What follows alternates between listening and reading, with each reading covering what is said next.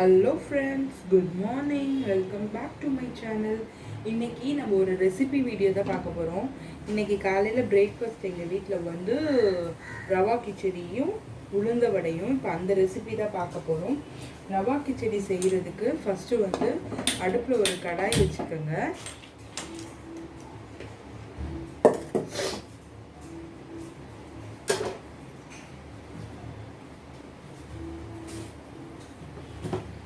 கடாய் நல்லா சூடேறட்டும்.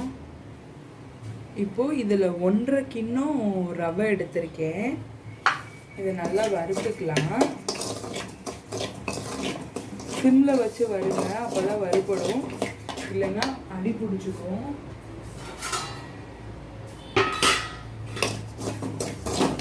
எதுக்கு வறுக்கிறோன்னா உதிராக வர்றதுக்காக வறுக்கிறோம்.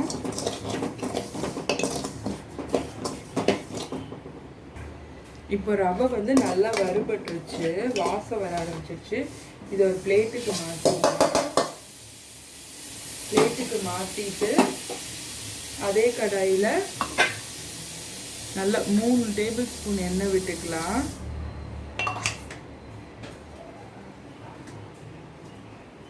எண்ணெய் நல்லா காயட்டும்.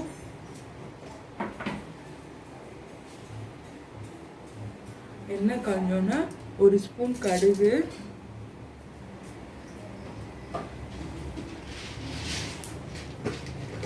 கடுகு வெடிக்க ஆரம்பிச்சிருச்சு. இப்போ ஒரு 2 ஸ்பூன் வந்து கடலைப்பருப்பு போட்டுக்கிறேன்.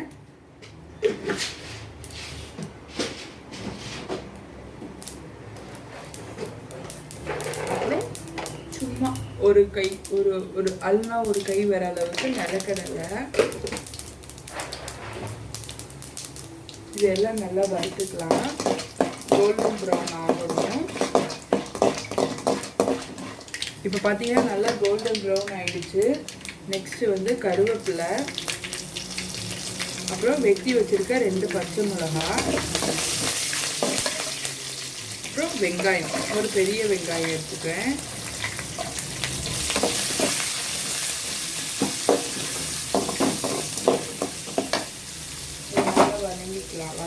வணக்கிக்கலாம்.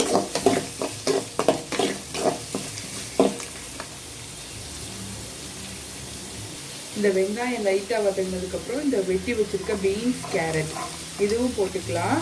ஏன்னா நம்ம டக்குன்னு அந்த எண்ணெயிலேயே அது வெந்துடும். இப்போ இது நல்லா வணங்கட்டும். இப்போ இந்த வெங்காயம் எல்லாம் நல்லா வணங்கிருக்கு. இப்போ இதுக்கு தேவையான அளவு உப்பு போட போகிறோம்.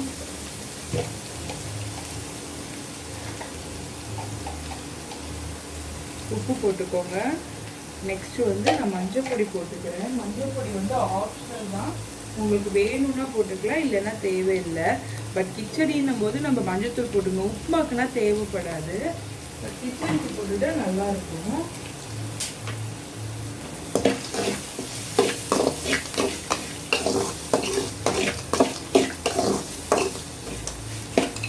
வணங்கிருக்கு.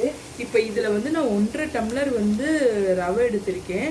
ஸோ 1க்கு 2ன்னு தான் நான் வைப்பேன். இப்போ வந்து எத்தனைன்னா நான் 3 டம்ளர் சாரி, இந்த கிண்ணத்தில் 3 கிண்ணம் தண்ணி ஊற்றிக்கிறேன்.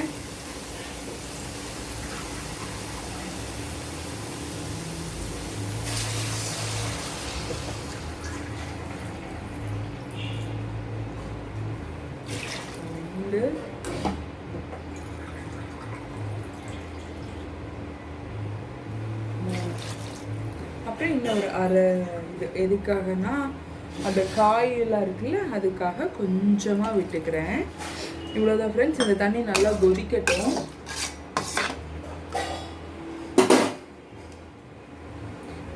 இந்த தண்ணி கொதிக்கிற கேப்பில் வந்துட்டு வடைக்கு நம்ம தயார் பண்ணிடலாம்.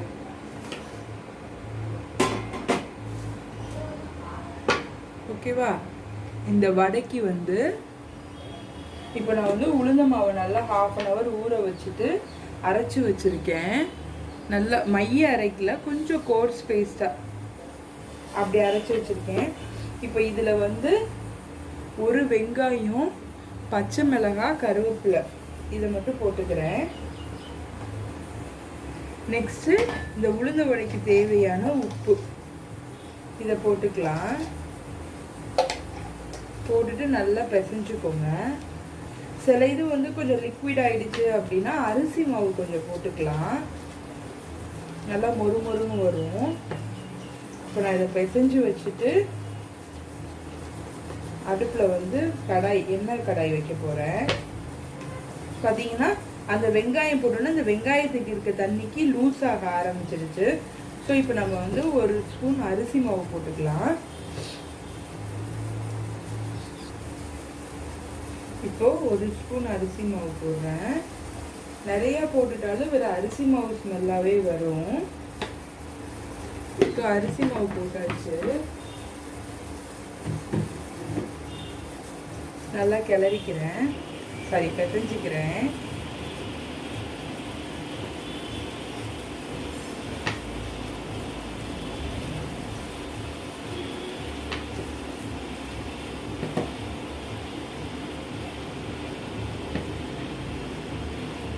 இப்போ இதை மூடி வச்சிடலாம்.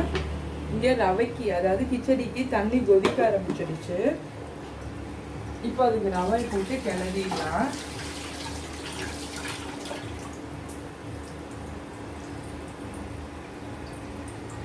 ஓகேவா, தண்ணி நல்லா கொதிக்குது. இப்போ வந்து இதுக்கு ரவை போட்டுடலாம். சிம்மில் வச்சுக்கணும், இல்லைன்னா உடனே கட்டி தட்டிடும். கட்டி தட்டிட்டுனா நல்லா இருக்காது, அந்த இடத்துக்கு எதுவுமே ஏறாது.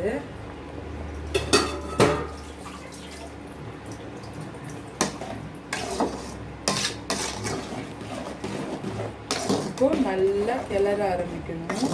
இது கொஞ்சம் கொஞ்சமாக இந்த ரவை வந்து தண்ணியெல்லாம் அப்சர்வ் பண்ணிட்டு கெட்டியாகும். தெரியுதா, கொதிக்குது. இப்போ பார்த்தீங்கன்னா தண்ணியெல்லாம் அப்சர்வ் பண்ணிடுச்சு. இப்போ நம்ம என்ன பண்ணணும்னா நல்லா கிளறி விட்டு மூடி வைக்கணும். இந்த கொலன்னு இருக்கிறதெல்லாம் நல்லா உதிராக வர அளவுக்கு சிம்லேயே வச்சு வேக வைக்கணும். சிம்மில் வச்சுக்கலாம். இதுக்கிடையில் நான் வடை தட்ட போகிறேன். ஸோ இந்த பெரிய அடுப்புலேருந்து கிச்சடி வந்து சின்ன அடுப்புக்கு மாற்றிக்கிறேன். இப்போ வடைக்கு எண்ணெய் வச்சாச்சு, எண்ணெய் நல்லா காயட்டும். அவ்வளோதான் ஃப்ரெண்ட்ஸ், கிச்சடி நல்லா ரெடி ஆகிடுச்சு. இப்போ இதை ஸ்டவ் ஆஃப் பண்ணிட்டு வேற ஒரு பாத்திரத்துக்கு மாற்றி வச்சுக்கலாம். இப்போது வடை போட்டுக்கலாம். கொஞ்சமாக மாவு எடுத்து கொஞ்சம் தண்ணி தொட்டு தொட்டு போட்டுக்கோங்க. ஃபஸ்ட்டு பிகினர்ஸ்க்கு வந்து இப்படி போடுங்க, சின்னதாகவே போடுங்க, பெருசாக போடாதீங்க. ஏன்னா உங்களுக்கு உள்ளே வேகிறது அதெல்லாம் நம்மளுக்கு தெரியாது.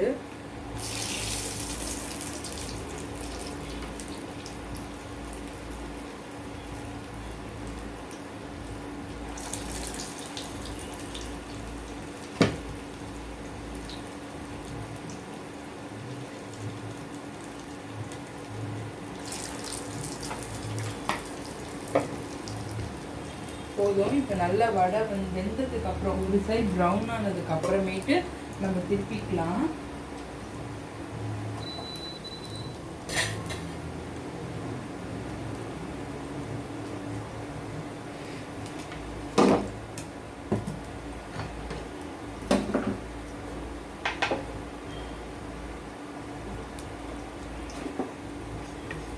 இப்போ பார்த்தீங்கன்னா எல்லாம் ஒட்டிகிட்டு இருக்கு. பொறுமையாக எல்லாத்தையும் பிரித்து விடுங்க.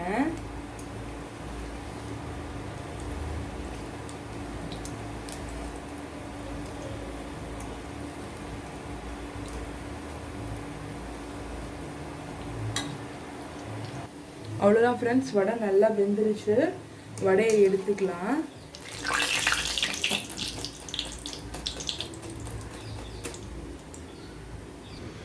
அவ்வளோதான் ஃப்ரெண்ட்ஸ், இன்றைக்கி காலையில் பிரேக்ஃபாஸ்ட் ரெசிபி முடிஞ்சிருச்சு. இது வந்து எங்களோட பிரேக்ஃபாஸ்ட்டு, அதாவது ரவா கிச்சடி, அப்புறமேட்டு உளுந்த வடை, சாம்பார், ஊறுகாய். இது வந்து எங்களோட பெரியவங்களோட பிரேக்ஃபாஸ்ட் பிளேட்டு. என் பையனோட பிரேக்ஃபாஸ்ட் பிளேட் வந்து பார்த்திங்கன்னா மினி இட்லியும் சாம்பாரும். இதுதான் ஃப்ரெண்ட்ஸ் இன்றைக்கி எங்கள் வீட்டில் பிரேக்ஃபாஸ்ட்டு. இந்த வீடியோ உங்களுக்கு பிடிச்சிருந்துச்சுன்னா லைக் பண்ணுங்கள், கமெண்ட் பண்ணுங்கள், ஷேர் பண்ணுங்கள். மறக்காமல் என் சேனலுக்கு சப்ஸ்கிரைப் பண்ணுங்கள் ஃப்ரெண்ட்ஸ். தேங்க்ஸ் ஃபார் வாட்சிங்.